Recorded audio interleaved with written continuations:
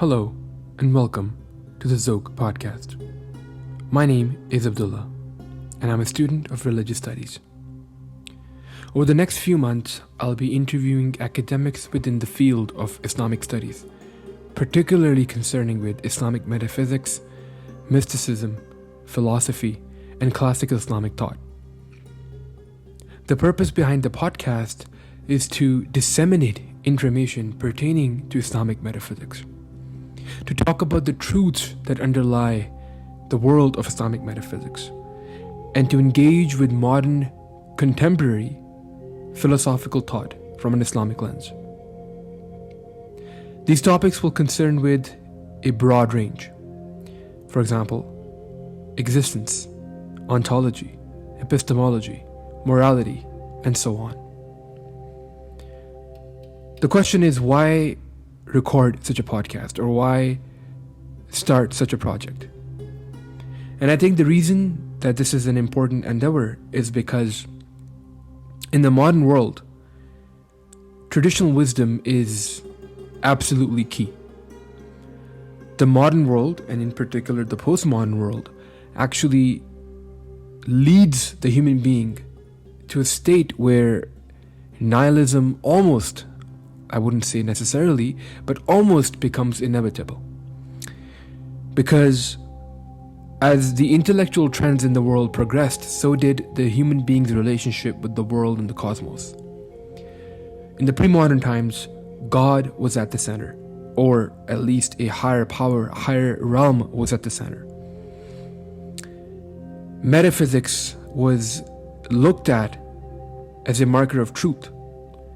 Metaphysics was used to derive traditional values and norms and regulations and laws, be that through a religious system or be that through a political system, and so on and so forth. The point being that the material plane, or the world that we live in, was just one layer amongst the many layers of human existence.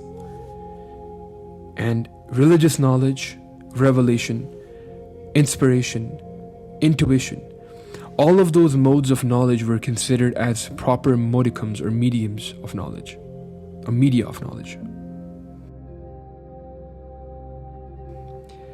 As the world progressed and humanity progressed towards modernity, this idea that religious truths were actual truths, or that revelation gave us unadulterated objective truth, was quickly challenged. And this is what happened in the Renaissance period, for example. And this idea that religions had a hegemony over knowledge was challenged. And it was quickly replaced with a hegemonic system with science, or the scientific method at the top, or empiricism at the top. So rationalism, and I use this word quite loosely here, was now the intellectual center, or the intellectual current that ruled the world, so to speak. And religions were relegated essentially to the private sphere. In particular, religious thought, which is metaphysical thought, was privatized or reduced to the sphere of the homes, or the four walls of the homes, not to be seen in the public sphere, not to be used as a yardstick for the truth, or as a central reference point to be able to understand the cosmos.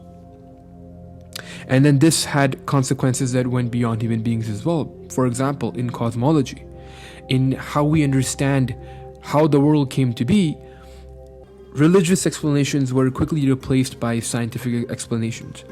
And then eventually this poured over into ontology as well, which is the study of existence. And now existence was reduced essentially to the material plane.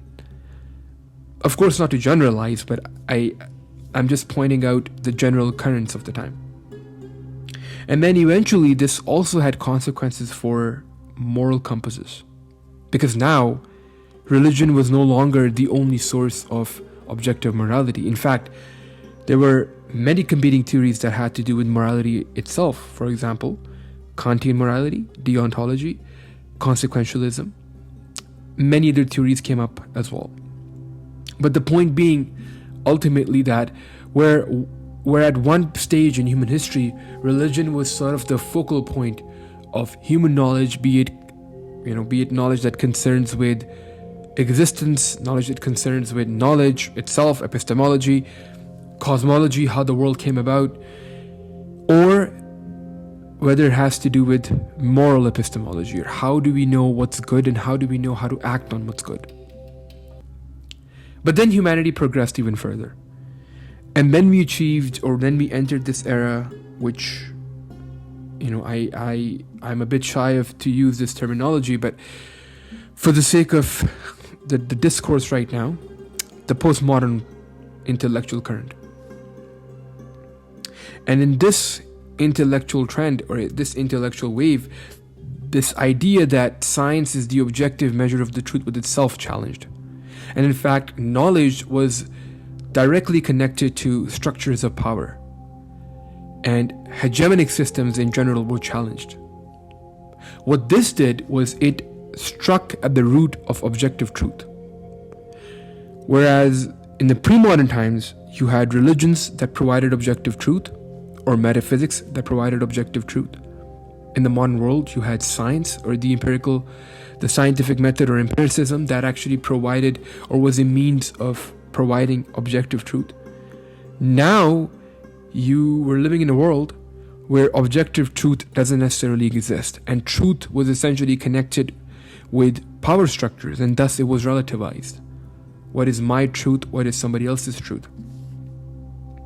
And one of the consequences of such a worldview was this eventual movement towards nihilism. This idea that since there is no objective truth, thus there is no intrinsic objective purpose out there. Because obviously if there is no objective truth, there can't be objective good or bad. And thus, there was no objective purpose. So this worldview of absurdism or nihilism became an almost inevitable conclusion of this worldview. So where does this podcast come in at this stage? As human beings, we always strive to attain knowledge.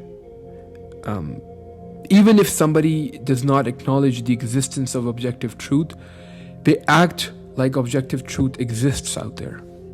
Why else would this take a stand for justice or for the good? And why else is good romanticized in the world? And virtues such as altruism, sacrifice, heroism, why are they romanticized? Why are they something to strive for? That's because the innate disposition of a human being at the end of the day, and I mean, of course, there might be disagreements on this, but there is something within a human being that wants the human being to go out and look for its purpose and search for the truth. And traditional wisdom historically has been the avenue, has been the pathway to be able to understand that knowledge. When we look at the fields of Islamic philosophy or Islamic mysticism, one of the central focal points of these traditions was to be able to understand the cosmos, God, all by actually understanding the self. Because the self is essentially the gateway to be able to understand God, the cosmos, truth, morality, ontology, and everything else. So the purpose behind the podcast is to be able to look at the works of some of the academics who've worked particularly within the fields of Islamic philosophy, mysticism, classical Islamic thought, Islamic law, to be able to understand what are some of the ideas that the giants of the tradition talked about when it came to truth, when it came to morality, when it came to existence, when it came to the purpose of life, when it came to how to lead a good life, why we're here, what we're supposed to do, how we're supposed to govern ourselves, how we're supposed to conduct ourselves with other people. And the purpose ultimately is to be able to equip all of us with the knowledge that would be necessary to survive in a world where the truth has become essentially defunct. So to bring the truth with a capital T back into the world which is lost it. That is the purpose behind the podcast. And I really hope that this endeavor is successful in building or attempting to build a bridge between academia and all of us people out here who are curious about this knowledge, but who might not have the avenues to be able to access this knowledge.